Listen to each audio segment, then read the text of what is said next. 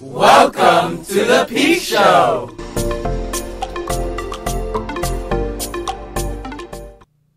Good morning, Peak Scholars, and welcome to the Peak Show. My name's Abby. And my name's Alexis. Today is February 8th. Today's the A-Day. Before we get to our announcements, here are our pledges. I pledge allegiance to the flag of the United States of America and to the republic for which it stands, one nation, under God, indivisible, with liberty and justice for all. Honor the Texas flag. I pledge allegiance to thee, Texas, one state, under God, one indivisible. Yeah! I pledge to do my best this day, to honor myself and others in everything I do, to accept responsibility for my own learning, and to encourage others as I embrace my own opportunities to grow, to exercise leadership and to prepare myself for college at every opportunity. For me, mediocrity is not an option. Only excellence will do. Who I am has value, what I think has value. Cogito ergo sum. Who I will become is invaluable to the world. Please be seated as we pause for a moment of reflection in preparation for academic day.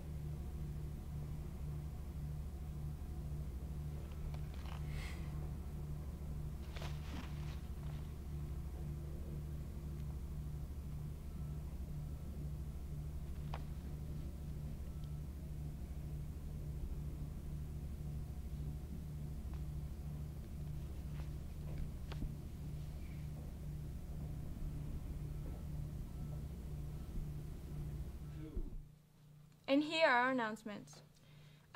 Yearbook is on sale for $40. You can either pay in the middle school or high school office, and cash and credit only. If you have any pictures that you want to be in the yearbook, please go to www.hjeshare.com and enter the school code HJ14591. There will be a student versus faculty basketball game tomorrow. Tickets are for $30. They will be sold in the morning. It includes free dress. Junior committee has a meeting today after school in Miss Ventura's room from 4:10 to 5. Good luck to sophomores on their practice STAR test. There will be a Valentine's Day raffle. The cost is $5. First place includes a dinner and a movie for 2. Second place includes lunch for 2 on Valentine's Day, and third place is a Visa gift card. Tickets will be sold tomorrow and Monday. Buy a ticket. Now here's Zakia for a message. If you signed up for a poetry club, or even if you didn't, there's a meeting tomorrow in Dr. Clowett's room. The meeting starts at 4:10. The first meeting that we had a few weeks ago was actually a really good meeting. So I suggest that if you signed up for a poetry club, then you come to the meeting tomorrow. Back to Alexis and Abby. Now here's Josh for the joke of the day. Hey guys. Hey. What do you call two birds in love? What? Tweethearts. Back to you, Alexis and Abby. The raffle will take place on Tuesday the 13th. The winners will be announced on the Peak Live show in the morning. Stay tuned. Well, that's it for today. We'll be back here tomorrow. Bye. And I have an announcement. Today's video is about Bayard Rustin, who was a civil rights activist, and he was also an activist for the LGBT community, and there will be a video about him. Also, stay tuned. There are posters around the school that are talking about African Americans that have changed history, so they will be in the hallway. Bayard Rustin was one of Dr. Martin Luther King Jr.'s closest advisors and a principal architect of the American civil rights movement for racial equality. So, why have you probably never heard his name before? Because he was gay. To me, me, this Quaker-born pacifist, Bayard Rustin, is probably one of the most important Americans that many of us have never heard of, myself included, until just a few weeks ago, when I ran across his name and was like, why have I never heard of him before? No, seriously, I was doing a lot of this. And the more I learned about Bayard Rustin, the clearer it became that a civil rights hero was almost erased from history all because of homophobia. Who organized the first freedom ride in 1947 challenging segregation on interstate buses? Rustin. Who helped organize the Montgomery bus boycotts in 1956? Rustin. And around that same time, who introduced MLK Jr. to Gandhi's teachings of nonviolence? Rustin. In 1957, who helped Dr. Martin Luther King Jr. found the Southern Christian Leadership Conference? I'll give you one guess. It's Rustin. And who organized 1963's epic March on Washington for Jobs and Freedom, where 200,000 non-violent black protesters saw Martin Luther King Jr. deliver his I Have a Dream speech on the Lincoln Memorial steps? Rustin! Duh!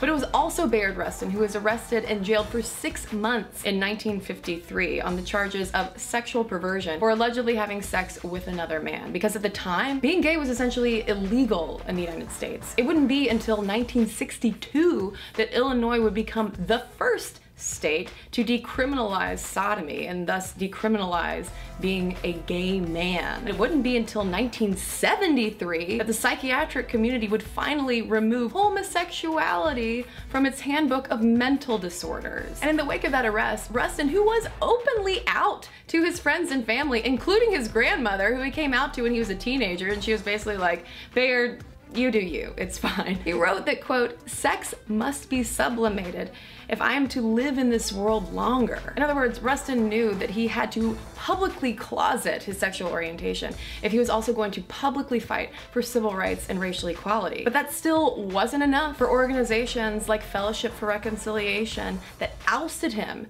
after that 1953 arrest. And that also wasn't enough in 1960 when Rustin was forced to resign from the Southern Christian Leadership Conference after a black politician threatened to start a rumor that Rustin and MLK Jr. were having a gay affair together. Nor was it enough in 1963 when Roy Wilkins of the NAACP resisted Bayard Rustin's participation in organizing the March for Washington because he did not want to have to defend homosexuality and promiscuity. Ironically, it would be racist South Carolina Senator Strom Thurmond coming out on the Senate floor and decrying this Rustin, who's a draft-dodging communist gay man who was organizing this march, and shouldn't they stop it. And he also entered into congressional record fact a photo of Martin Luther King Jr. in the bathtub talking to Rustin as evidence of their possible homosexual affair that finally Rustin received